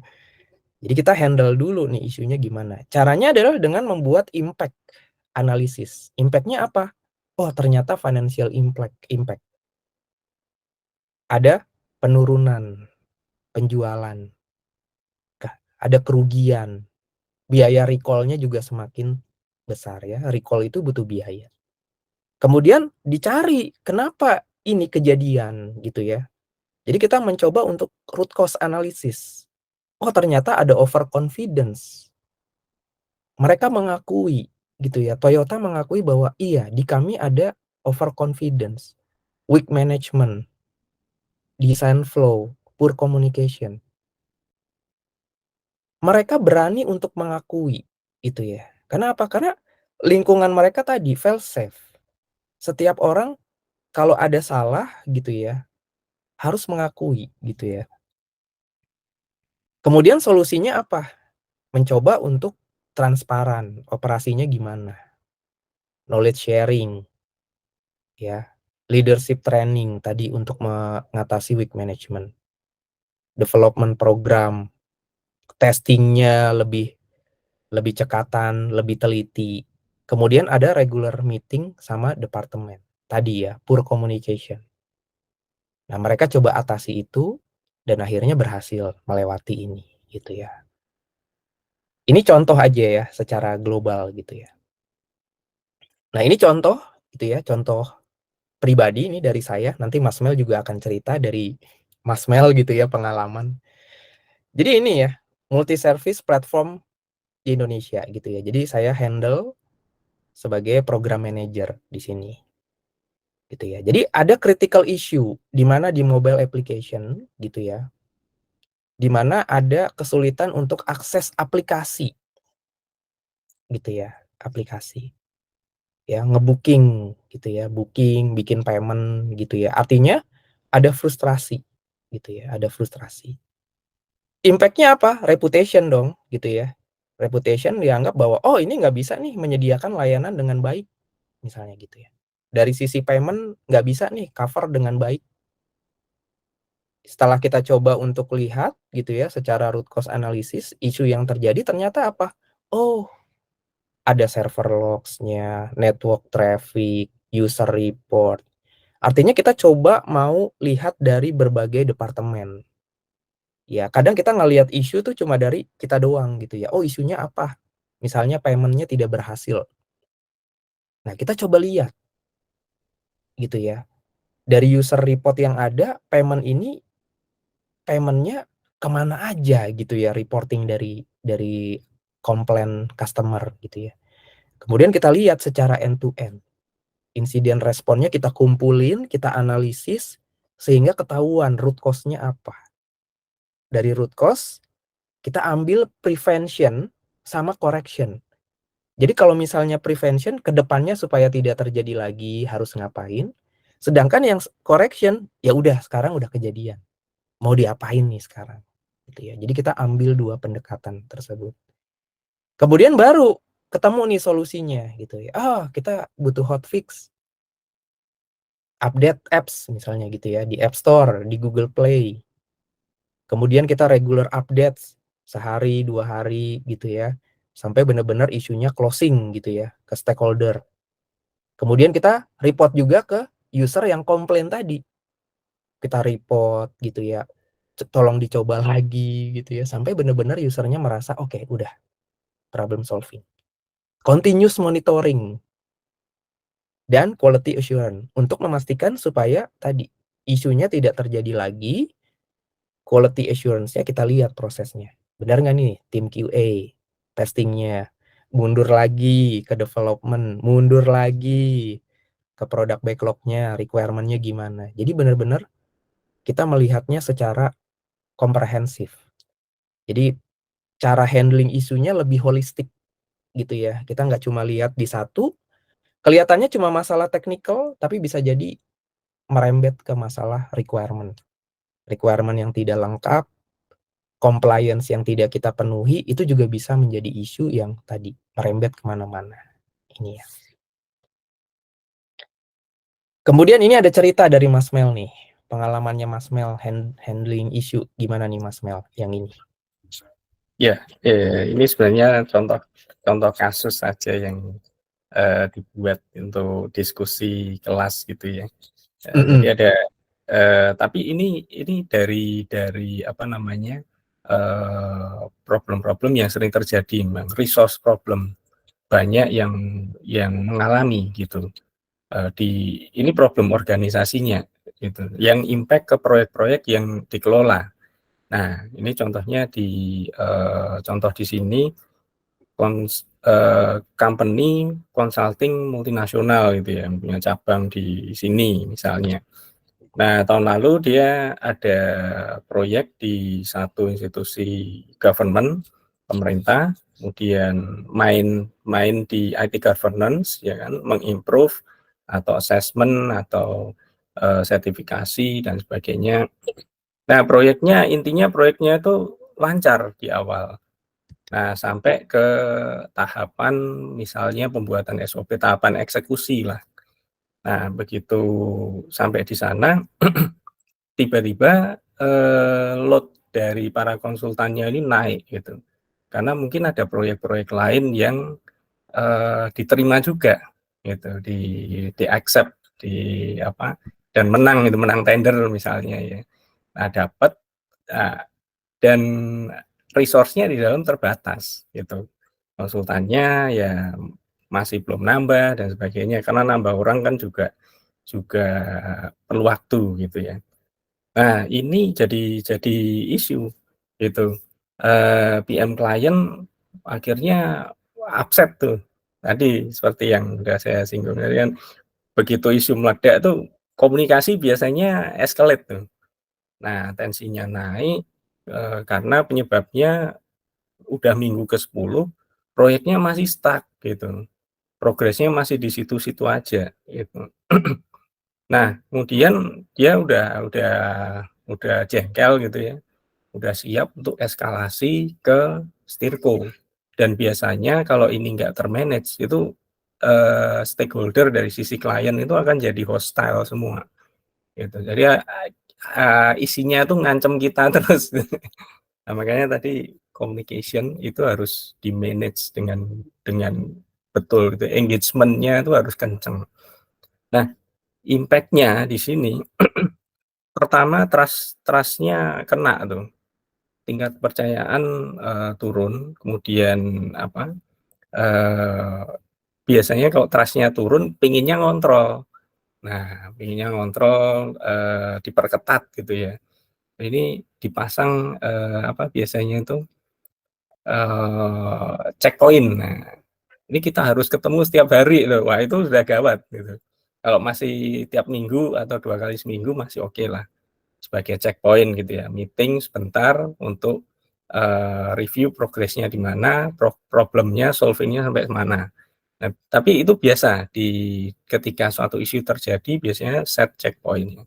Tapi ketika checkpoint itu di-set-nya udah tiap hari, itu berarti isunya udah merah banget lah statusnya gitu. Nah, increase desire for control.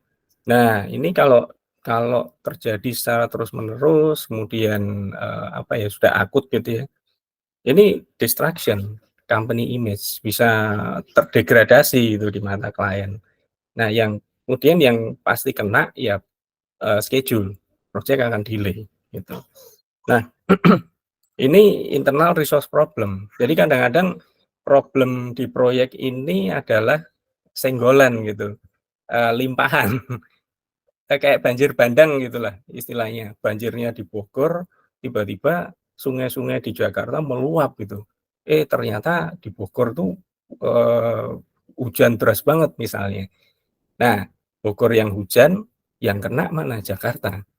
Nah, jadi contoh analoginya seperti itu. Itu proyeknya masuk banyak, rezeki dong. Iya, betul. Bahagia gitu ya. Tapi kalau kita nggak memperbesar kapasitas organisasi kita, nah ini goyang pasti itu. Impact ke proyek-proyek yang sedang berlangsung. Nah, tadi analoginya hujan deras, nah, asik gitu kan, dapat rezeki. Tapi ternyata nggak bisa menghandle sungai-sungainya belum diperlebar nih, ya banjir di mana-mana gitu. Nah, solusinya ini harus ketika kita tahu ya aware ada kayak ginian, ini harus eskalasi internal dulu gitu. Nah, secepatnya. Nah, untuk dealing dengan resource problem ini karena nggak mungkin nggak mungkin tim project yang bisa menyelesaikan nih, harus dari manajemen gitu. Karena perlu approval dari top manajemen, perlu kerjasama dengan HR gitu kan. Nah, seek cooperation with external talent pool. Nah, untuk apa ngembangin kapasitas organisasi. Kemudian, nah ini customer ya udah upset tadi ya karena 10 minggu nggak ada perkembangan progres, ini harus di-engage. Jadi bukan malah kita jaga jarak menjauh, tempel, datengin gitu. Datengin, ya, ditenangin gitu kan.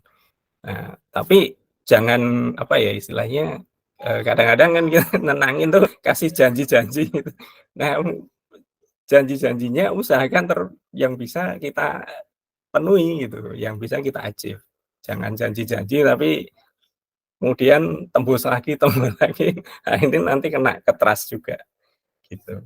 Nah ini contoh kasus, apa namanya, yang ketiga ya. Nah mungkin ini juga akan menjadi penutup, apa, webinar webinar kita kali ini. Nah, ini ada quote dari Steve Jobs yang cukup bagus ya, "If you define the problem correctly, you almost have the solution," gitu. Jadi dengan ini juga sering sering muncul di apa namanya, bimbingan-bimbingan skripsi mahasiswa. Jadi, kalau kita lihat apa, struktur skripsi itu kan, eee, apa namanya, problem statement itu pasti ditekankan, problemnya dulu apa, diidentifikasi, kemudian analisa. Nah, habis analisa kemudian penentuan. Nah, kira-kira solusinya apa? Solusinya dipilih. Nah, pemilihan solusi. Masing-masing tahap punya metode sendiri-sendiri. Jadi metode ilmiah gitu. Nah, ketika kita mandang ke proyek, proyek sama ternyata. Karena memang definisi dari PMI proyek itu kan satu aktivitas yang apa namanya menggunakan metode ilmiah gitu. Nah, jadi pahami juga dulu bukan proyeknya, problemnya gitu. Ketika satu isu terjadi, pahami dulu problemnya gimana, cari root cause-nya. Identifikasi, analisis, find the root cause. Pakai tools yang ada banyak tuh ya, ada 7 tools of quality quality control dan sebagainya, ada fishbone diagram dan sebagainya. Ya, Tools yang fishbone gampang tapi efektif. diagram paling sering banyak digunakan ya, Mas Mel, fishbone Betul, diagram. betul. Nah, karena dengan memahami problemnya itu kita sudah setengah jalan gitu.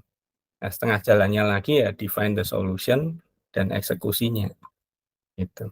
Oke, itu saja mungkin dari kami berdua ya, Mas Adi Kristanto dan saya Cornelius Sarungu.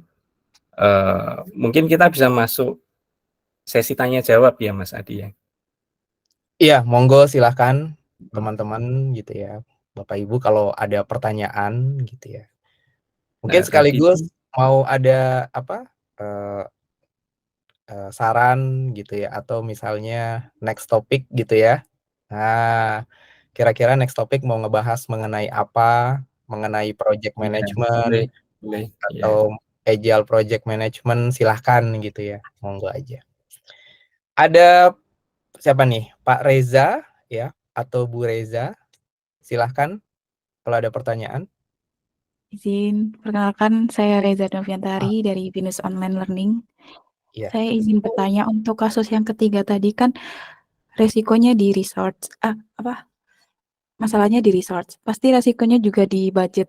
Semisal klien nggak mau menambah budget, itu apakah kita ya udah terima kalau kita bakal merugi gitu, Pak?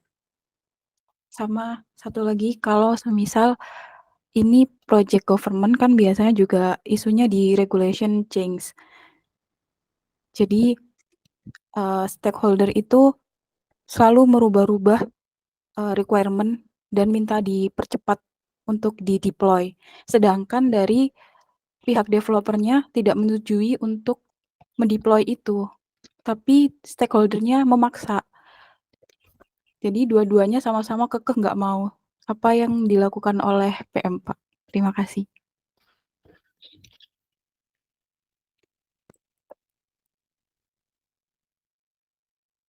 Iya, monggo, Mas Mel. Jadi ada 2 pertanyaan tadi ya, mengenai penambahan resource dan perbedaan pendapat karena ada perubahan changes gitu ya. Developernya nggak menyetujui, tapi stakeholder-nya memaksa. Wah, itu udah ya itu biasa ya sehari-hari ya.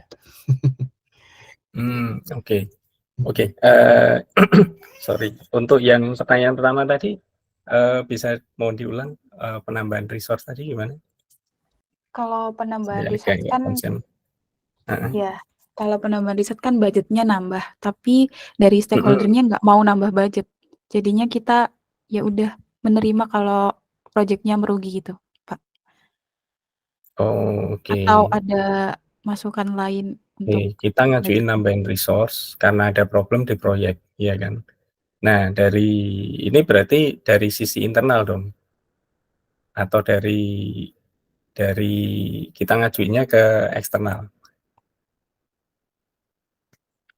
Tapi gini ya, meskipun itu internal atau eksternal, keputusan itu approval untuk nambah resource kan bukan di kita ya. Nah, kita eskalasi, kita lempar ke atas. Nah, cara eskalasi itu ada tekniknya, ada seninya gitu. Kita bikin alternatif solusi. Nah, jadi kita lakukan analisa dulu, analisa dampak gitu ya. Kalau ini terjadi, dampaknya apa? Kalau ini terjadi, dampaknya apa? Nah, usahakan bikin skenario selengkap mungkin gitu, misalnya. Tapi ya nggak usah banyak-banyak, nggak usah 10 gitu kan. 3 itu cukup maksimal. Nah, kalau ini dalam kasus ini 2 juga cukup nih. Kalau resource kita dapat, nah dampaknya apa? Kalau resource kita nggak dapat, dampaknya apa? Gitu. Nah, itu eskalasikan, jelaskan, paparkan ke apa namanya? Ke yang berwenang gitu. Nah, entah itu manajemen, top manajemen atau tim HR gitu. Nah, nanti terus di-follow up. Nah, terus di-follow up ininya gimana, progresnya gimana, bisa dapat nggak? Oh, nggak dapat budget ini. Oh ya, ya sudah, berarti semua sudah aware. Kalau memang keputusannya nggak bisa, ya berarti semua sudah aware bahwa dampaknya akan ini. Nah, project macet. Jadi ketika projectnya macet atau delay, ya jangan komplain dong gitu. Kan sudah diinfokan gitu, sudah diumumkan nih gitu. Nah, itu logikanya seperti itu. Itu. Mungkin Mas Adi mau menambahkan? Silakan. Iya, baik. Saya mau menjawab pertanyaan yang kedua ya, Mas Mel, tadi menarik juga ya. Ketika ada perubahan, developernya tidak menyetujui gitu ya, tapi stakeholder-nya memaksa gitu ya. Bisa jadi perubahan ini perubahan di tengah project gitu ya. Ini isu ya.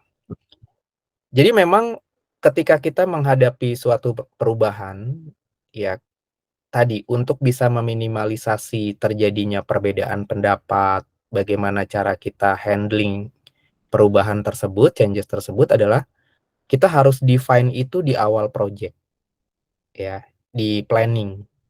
Artinya kita sudah tahu harus ke siapa yang memutuskan, yang punya authority untuk mengambil keputusan terakhir.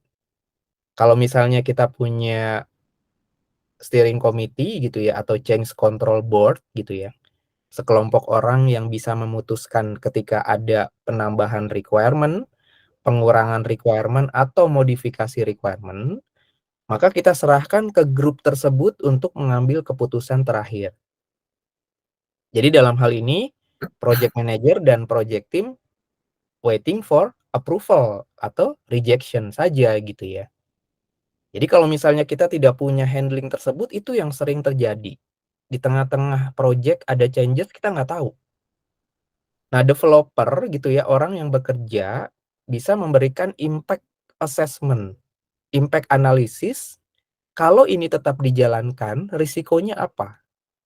Jadi ketika stakeholder atau siapapun yang mengambil keputusan untuk go gitu ya, mereka sudah siap dengan resiko tersebut. Jadi kita tidak hanya bilang kalau ini nggak boleh, tapi nggak bolehnya kenapa? Itu yang sering kita lupakan gitu ya. Memberikan justifikasi kenapa itu tidak boleh, itu kita tuangkan ke dalam impact assessment, impact analysis. Sehingga stakeholder pada saat pengambilan keputusan, itu ya, siapapun nanti yang punya authority untuk mengambil keputusan, dia udah tahu impact apa saja yang nanti gitu ya, kemungkinan akan terjadi ketika saya melakukan implementasi project ini, tapi developernya tidak menyetujui, misalnya begitu ya. Nah, itu ya. Jadi kembali lagi adalah kita bisa menyiapkan handlingnya tadi, supaya next di kemudian hari atau di project berikutnya, kita sudah agree dulu di planning tadi ya. Sehingga nanti pada saat kita implementasi tadi, ya kita udah punya handlingnya. Ya, harapannya begitu ya. Begitu ya, Ibu Reza. Mudah-mudahan bisa menjawab tadi pertanyaannya ya. Dan Mas Mel, teman-teman, Bapak Ibu, kita sudah 20.59 gitu ya. Ya, waktu kita Oh sudah iya, 1 lagi. mungkin satu pertanyaan lagi nih Mas Satu Adi, pertanyaan ini lagi, tadi boleh deh. sudah Iya, ayo. sudah diketik sama Mas Ahmad Fisyadi ini. Boleh.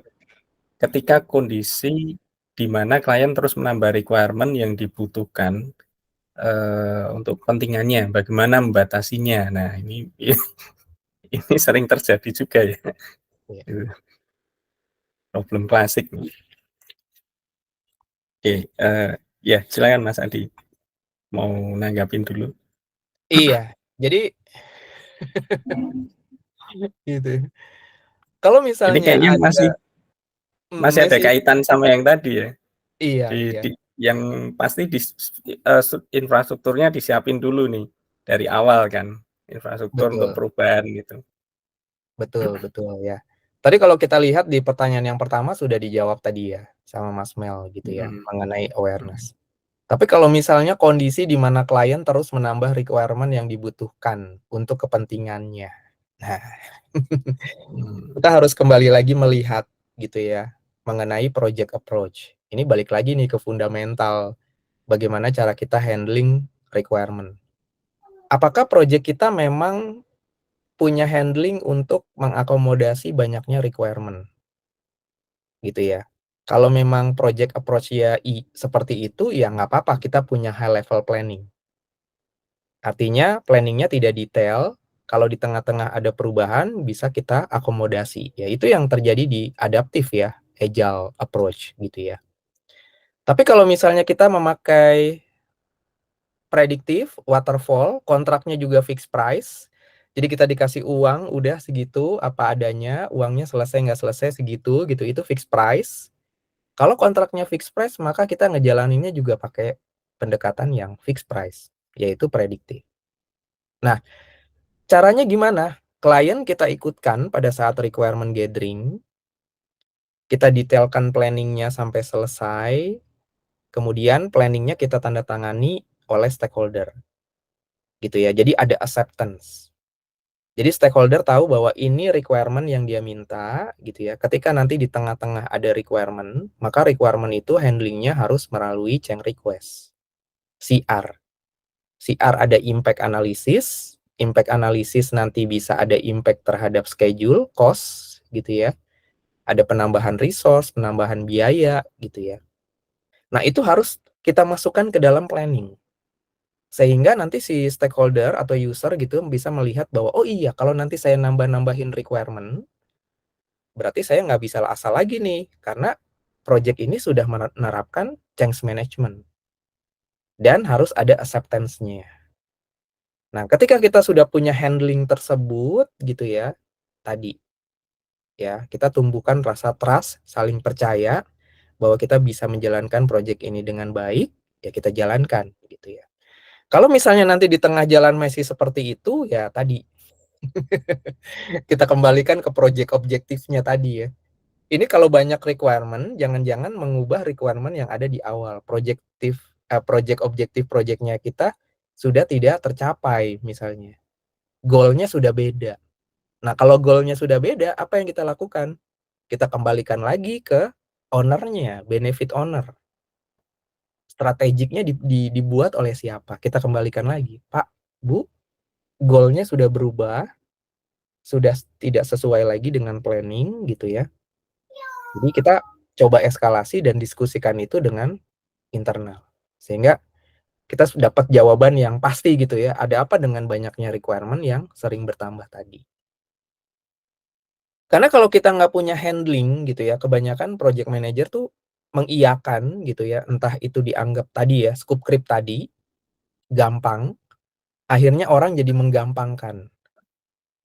Kalau kita melihat bukan masalah gampang atau tidaknya, tapi yang kita lihat adalah bagaimana proses untuk bisa meminimalisasi isu dengan cara membuat handling yang baik, dengan change request atau change management tadi, orang jadi punya awareness. Jadi mau gampang, mau sulit itu ada assessment-nya. Nah, itu yang harus dibangun.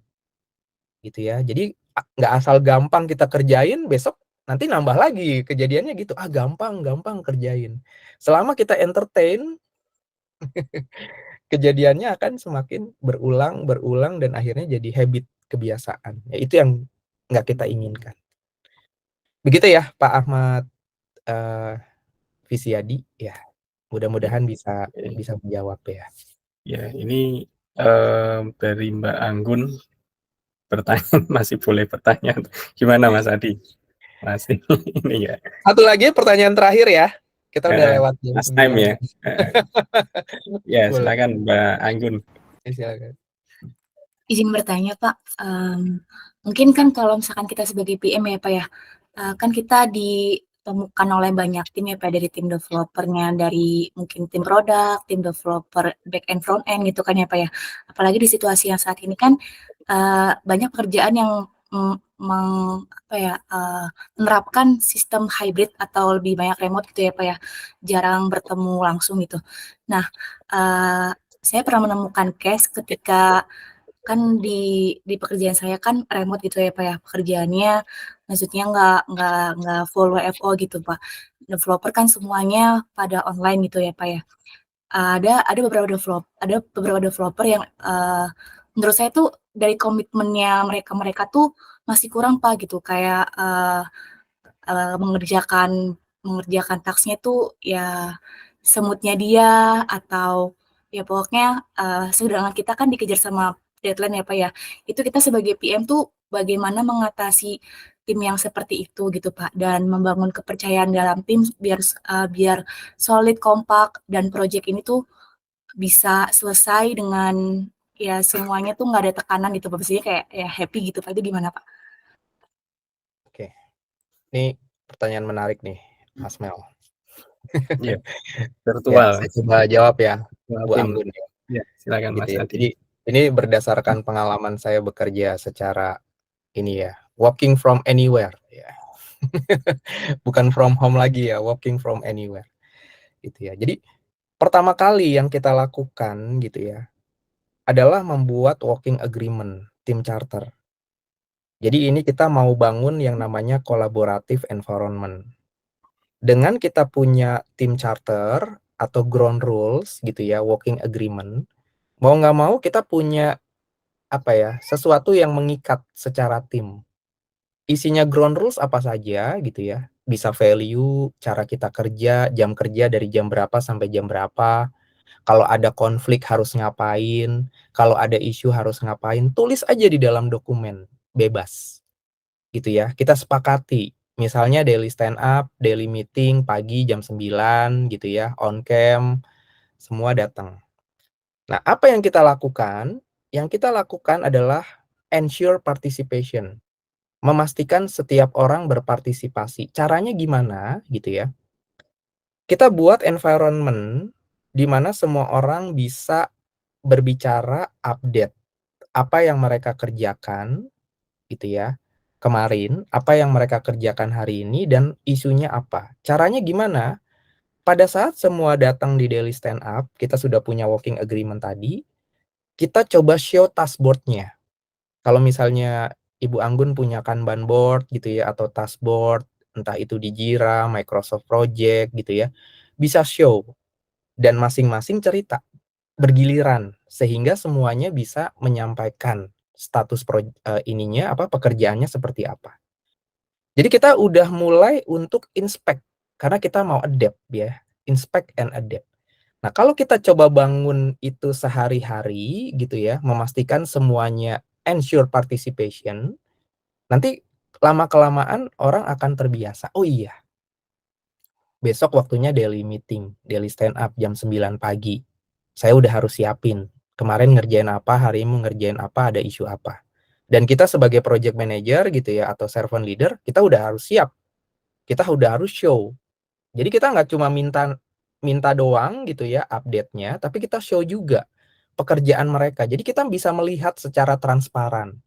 Bener nggak yang dikerjain kemarin itu udah selesai? Bener nggak yang mau dibawa hari ini tuh bener-bener mau dikerjain? Jadi kelihatan hasilnya. Itu ensure participation. Jadi kita memfasilitasi, tapi kita juga membatasi ruang gerak mereka supaya tadi ya nggak kebablasan gitu ya, bebasnya bertanggung jawab karena kita nggak bisa kontrol orang secara remote. Nah, kalau misalnya masih kurang gitu ya, masih belum ada trust juga gitu ya, mungkin kita bisa buat semacam checkpoint sore gitu ya. Dulu saya sering lakukan pertama kali sehari 2 kali, tapi lama-lama jadi sehari sekali. Kemudian ketika udah ada trust, seminggu cuma 3 kali. Nah, itu butuh waktu ke sana. Kalau seminggu udah 3 kali berarti trust-nya udah tinggi gitu ya. Tapi kalau masih belum, kita coba tadi ensure participation-nya kita tambahin, nanti sedikit demi sedikit kita kurangin kalau udah tumbuh trust. Tapi poinnya adalah kita punya working agreement dulu. Karena tadi kalau kita nggak punya kesepakatan cara kita bekerja sebagai tim, timnya bisa ngelakuin apa aja sesuka hati gitu ya, nggak ada aturannya. Nah, itu dulu yang bisa kita lakukan dengan cara membuat handling working agreement. Yang kedua, kita pastikan ensure participation. Setiap orang harus berusaha untuk tadi ya, bercerita. Dan kita sebagai servant leader memfasilitasi. Kita bikin one-on-one meeting, coaching gitu ya. Di tengah-tengah project, gimana caranya, kesulitannya apa, ada apa yang bisa dibantu. Sehingga tadi, proses inspection-nya bisa berjalan dengan baik. Nah, ini yang harus diulang gitu ya, sehingga nanti jadi kebiasaan. Tantangannya berat, tapi tadi kalau kita nggak mulai dari awal punya kesepakatan bersama, sulit nanti untuk kedepannya. Ya, Bu Anggun, mudah-mudahan bisa menjawab ya. Baik, terima kasih Pak Adi. Ya, Ya, terima luar kasih. biasa nih. Jawabannya agile banget nih Mas Adi. Langsung gitu ya, Ya. langsung dari pengalaman. Oke, Iya. karena waktu sudah lebih dari jam 9 ya, jam 9 lebih 11 menit. Mungkin kita akhiri dulu ya untuk event ini. Terima kasih untuk semua partisipan yang sudah hadir, sudah meramaikan dan mensukseskan event ini. Mungkin nanti ke depan kita akan coba adakan dengan topik-topik yang lebih seru lagi ya, Mas Adi ya. Oke, terima kasih semuanya. Selamat malam, selamat beraktivitas kembali. Sampai jumpa kembali di event berikutnya. Terima kasih, sampai Terima jumpa. kasih, Pak.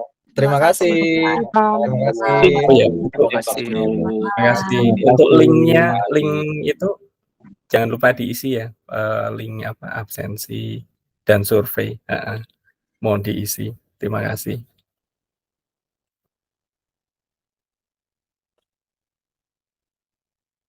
Terima kasih Mas Mel. Ya, terima kasih Mas Ya, Adi. terima kasih. Terima kasih Siap, terima semuanya. kasih semuanya. Terima kasih. Terima kasih Pak Andi. Mas Adi, apa kabar? Kabar baik, yo. Thank you, thank you. Terima kasih sharingnya.